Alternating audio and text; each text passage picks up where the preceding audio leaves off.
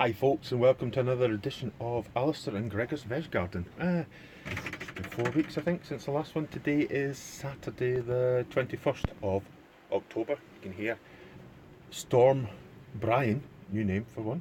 Storm Brian is on the go outside, so that's why I'm stuck inside the shed. What we're doing today is we're going to start the giant onions off. So we've got them. So what I'm going to do is just pause for a second, then so I can turn the camera around, and then we'll get on. So here we are, folks. Right. So what I've done is I've got 50 giant Kelsey onion seeds, and you can see they. Oh, sorry, I don't want to do that. There you go. Yeah. I bought these ones I've bought before from a gentleman on eBay. You saw here, yeah, that's the size of, never mind, that's my hand. That's the size of onions I got off them. So I don't know whether some of them had rotten, so I had to discard them. But I've still got a few. I'm just going to look after them. Hopefully they'll survive over winter. I'll get some protection on them so that they don't get freeze damage in the shed over winter.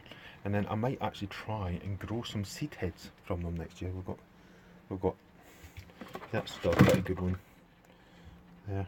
So we've got 6 there, so I might try and grow some seed heads in as well in the greenhouse and see what we can get. So back onto this. So we're growing, as I say, we're doing them again because I had to get them quite quickly because I realised I hadn't got any more. So anyway, so what I'm doing is I'm just going to, for the first stage for planting the seeds, I'm only going to put them in 2 pots this sort of size. What does it say? I can't see what size it says. Right, okay, so what I've done is done 1 pot. I'm doing a 50-50 mix. So 1 pot of seed compost and 1 pot of vermiculite. So all I'll do is, I'll just mix that together.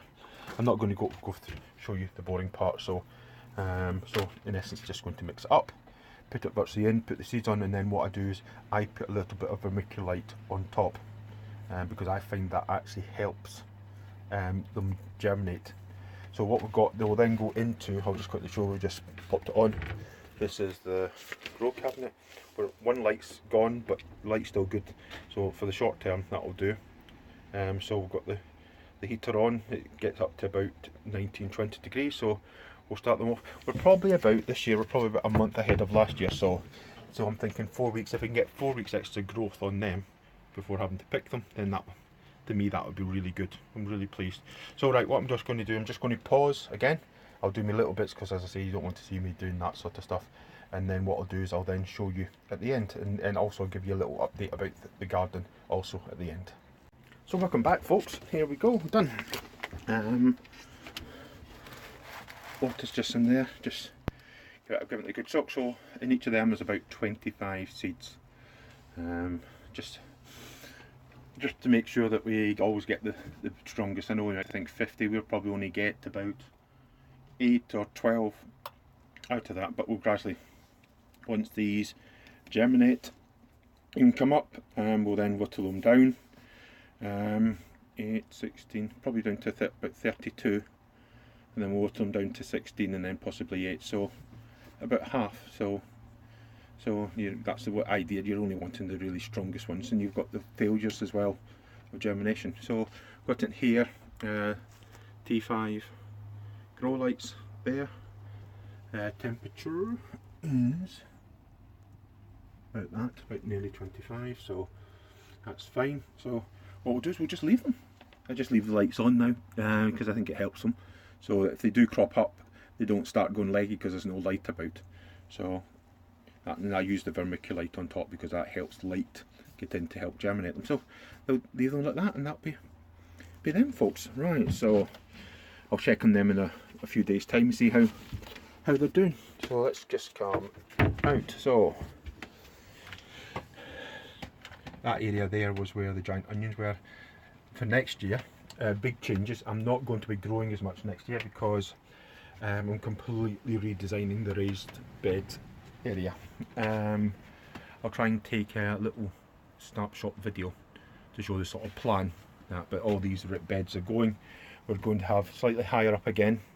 That's just to ease my back and things like that. So we're going to raise them up a bit, and we're going to have one so that there's no more than about 2.5 foot lean into any of it, so that it actually makes it easier.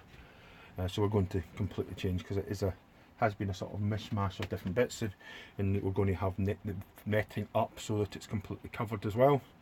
So each part of the raised bed is completely covered, but rather than using rings and canes and things like that, we're going to have proper wood structure to make it easier, and it'll all be stapled at the areas where you don't need to get into netting, and you'll be able to lift up the netting in the areas you want to get into. So that's the idea for there. What we'll do, we're still going to grow stuff inside the greenhouse, and we're also going to do the stump carrots. They're the stump carrot boxes, or half barrels. And this last year, that box there was upside down, and we had the giant onions on it. What I want to do is try and get a bit more height out of it, because they did hit the top. So what I'm going to do is, next year I'm going to put the plant pots inside that, and we'll still have roughly the same height upwards, so we've got probably about an extra 2 foot or something like that as well. So right, so that's that. I think that's actually all. So there's not going to be very much. The only updates I'll give now over winter will be regarding the giant onions. So it'll probably be a few weeks till show you the progress of the giant onions.